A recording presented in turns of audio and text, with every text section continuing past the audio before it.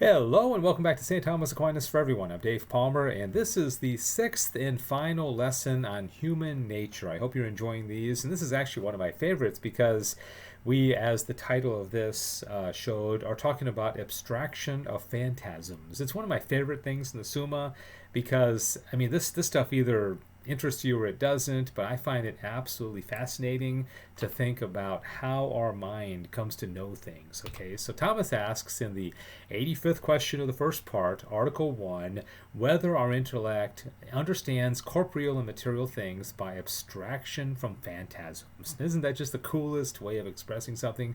Abstracting phantasms. What does that mean? Okay, this is what it means. Here's a picture of a guy looking at a cow. Okay, and you can look at that and just say, well, some guy looking at a cow.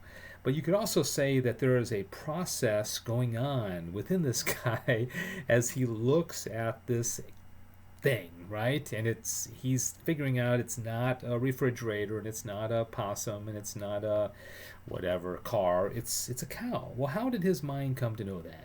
Well, he needed his body and he also needed his intellect, his mind, right? And that's what this is all about, okay?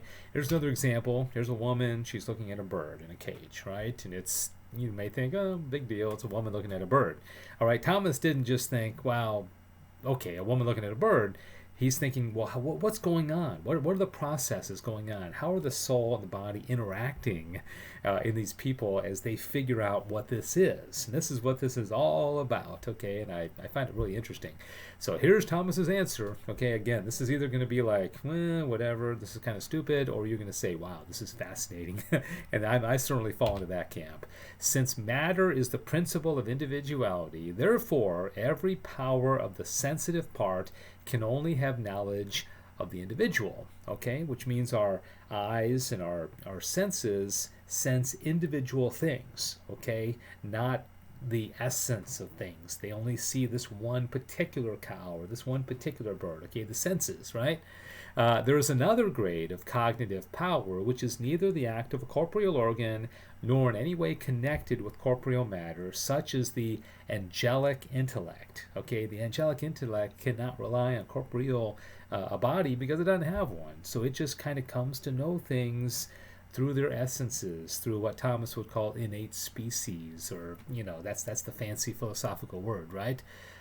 Such as the angelic intellect, the object of whose cognitive power is therefore a form existing apart from matter. So in the case of those two images I gave you, the cowness, the birdness, the essence, the form of those things is known by the angelic intellect because it doesn't see the body of them. It just knows the form, okay? But the human intellect holds a middle place. For it is not the act of an organ, yet it is the power of the soul, which is the form of the body, and therefore it is proper to it to know a form existing individually in corporeal matter. Now here's the thing, okay? We got this squirrel. And I've explained this before in a previous video, but it's come back now again. The angel knows squirrelness. It knows what a squirrel is in its essence, its form, right? But it doesn't have to see a squirrel to figure that out. The human being, on the other hand, doesn't know anything about squirrelness until it sees a squirrel. So it needs the body. It needs to experience a squirrel before it knows squirrelness, right? So, and therefore it is proper to it to know a form existing individually in corporeal matter, but not as existing in this individual matter.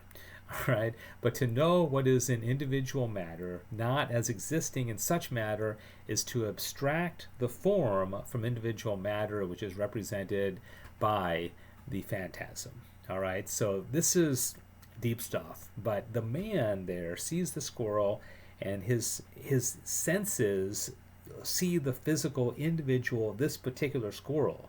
But the man is able to abstract the form, okay, the essence of this one particular squirrel and say, it's a squirrel. It's like all those other squirrels that I've seen, right? Does that make any sense?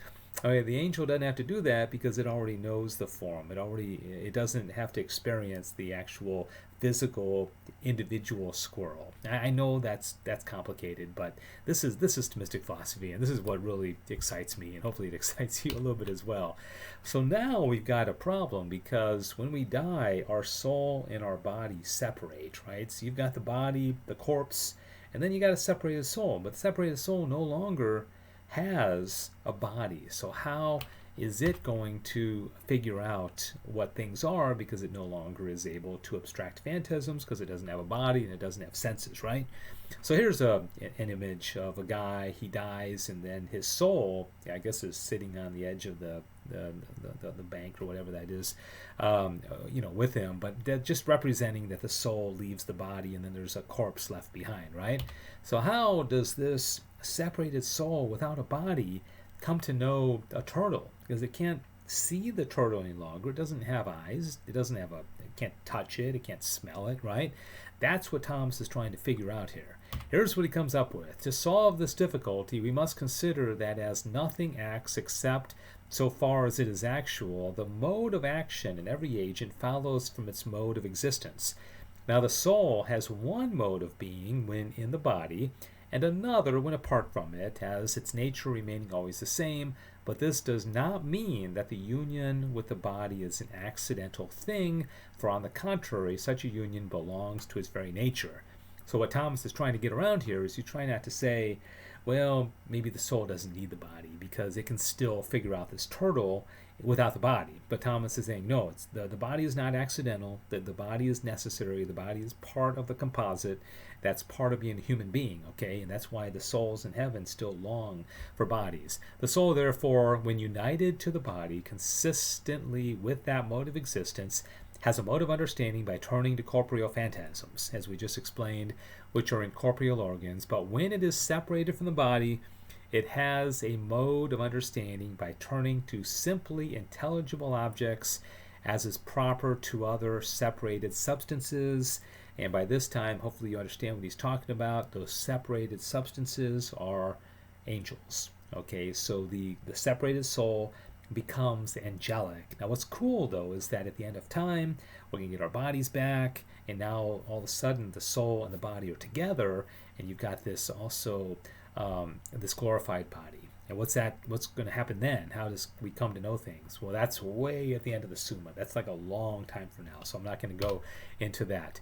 Okay, finally, whether the angels are more to the image of God than man is. Okay, so here we have God represented by the white-haired old man. You got the angels, you got man. We know that man is made to the image of likeness of God, but so are the angels. So Thomas is saying, who's more like to the image of God?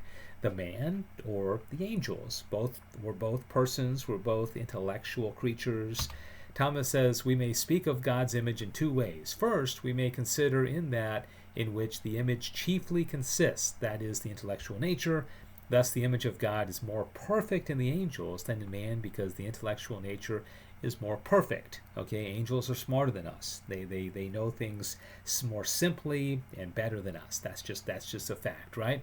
Thus, secondly, we may consider the image of God in man as regards its accidental qualities, so far as to observe in man a certain imitation of God, consisting in the fact that man proceeds from man as God from God. Okay, so the Son is begotten by the Father, right? The Son and the Father, the Holy Spirit and the Son proceed from the Father. So there's a certain begetting, just like a man and woman come together and have a baby, right? Angels don't reproduce. That's what he's getting at here.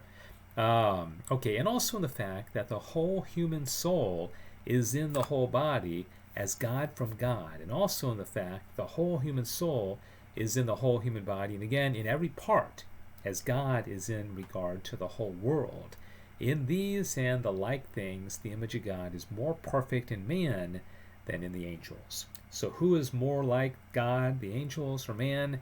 Thomas says, well, different ways of looking at it. You get in some ways the angel is more like God, and in some ways man is more like God. So he kind of punted on that one, didn't give you a straight answer. Okay, as often is the case in the Summa, because everything isn't so cut and dry.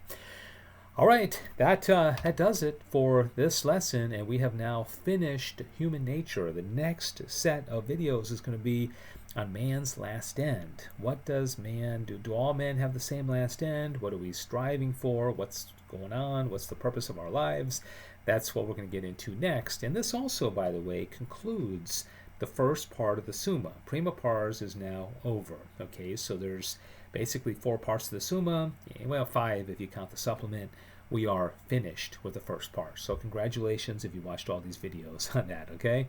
God bless you. Thank you very much for watching, and I hope you're enjoying this. Bye-bye.